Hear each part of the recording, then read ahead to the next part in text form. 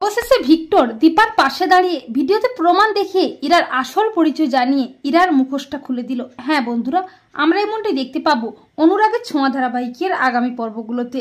দীপা সূর্যকে ওষুধ খাওয়াতে গেলে ভিক্টর মদ খেয়ে মিথ্যে মাতলামো করে দীপার হাত থেকে ওষুধটা ফেলে দিয়ে সূর্যকে বিপদের হাত থেকে বাঁচিয়ে নেয়, কিন্তু সেটা ভিক্টর কাউকে বুঝতে দেয় না। যদিও দীপার মনে সন্দেহ হয় যে ভিক্টর ওষুধটা কেন ফেলে দিল। এরপর সূর্যকে নিয়ে সবাই মিলে ক্লাস করতে যাওয়ার জন্য বেরিয়ে পড়ে, যদিও ইরা বাধা দেওয়ার চেষ্টা করে, কিন্তু ইরার কোনো কথা না শুনেই বাড়ির সবাই মিলে সূর্যকে নিয়ে ক্লাস করতে যায়। কোনো উপায় না পেয়ে ইরাও যায় চালাকি করে। এরপর সবাই মিলে যখন ক্লাস করছে তখন ইরা সূর্যের কানে কানে বলে, পেন ড্রাইভটা দিন, না হলে ওরা মেরে ফেলবে আপনাকে। আর ইরার কথা শুনে সূর্যের খুব কষ্ট হয়। সূর্য কোনো মতেই আর ক্লাস করতে চায় না। সূর্য খুব অস্থির হয়ে ওঠে। তখন দীপা বুঝতে পারে না হঠাৎ সূর্যের কি হলো। এরপর অর্ণবের প্ল্যান মতো পুলিশ এসে মিথ্যে বধূ নির্যাতনের অভিযোগে সেনগুপ্ত বাড়ির সবাইকে অ্যারেস্ট করে নিয়ে যায়।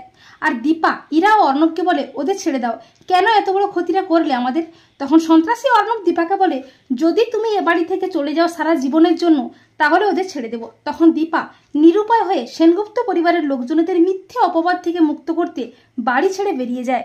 আর দীপা যখন অসহায় হয়ে পড়ে, কি করবে কিছুই বুঝতে পারে না, তখন ভিক্টর আসে দীপার কাছে। ভিক্টরকে দেখে চমকে যায় দীপা। দীপা বলে, ভিক্টর তুমি এখানে? তখন ভিক্টর বলে, বৌদিমণি তোমার সাথে আমার কিছু গুরুত্বপূর্ণ কথা আছে। দীপা বলে, কি কথা? তখন ভিক্টর বলে, বৌদিমণি আমি তখন ইচ্ছে করে সূর্যদার ওষুধটা ফেলে দিয়েছিলাম, কারণ ইরা ওই ওষুধের বোতলে কি যেন মিশিয়েছিল, আমি দেখেছি। দীপা বলে, হ্যাঁ ভিক্টর, সেটা আমি আগেই বুঝতে পারছিলাম যে কিছু তো একটা গন্ডগোল আছে। এরপর ভিক্টর বলে, বৌদিমণি ও ইরা আর ওর দাদা অর্ণব ওরা সন্ত্রাসী, ওদের একটা বড় গ্যাং আছে, ওরা গোপনে বেআইনি কাজকর্ম করে।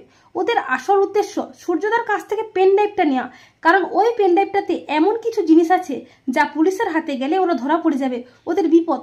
আর ওরা যে সন্ত্রাসী তার প্রমাণও আছে আমার কাছে। এই বলে ভিক্টর একটা ভিডিও দেখায়, ইরা কয়েকজন সন্ত্রাসীদের সাথে কথা বলছে। ভিডিওটি দেখে চমকে যায় দীপা। দীপা বলে, ভিক্টর তুমি আবার অনেক বড় উপকার করলে, এবারে এই প্রমাণই হবে ওদের মারণাস্ত্র। তো বন্ধুরা, তোমরা এটাই চাও তো যে শেষ পর্যন্ত ভিক্টরই যেন দীপার পাশে দাঁড়িয়ে ইরার মুখোশটা খুলে দেয়? কমেন্ট করে জানাতে ভুলো না কিন্তু তোমাদের মতামতটি।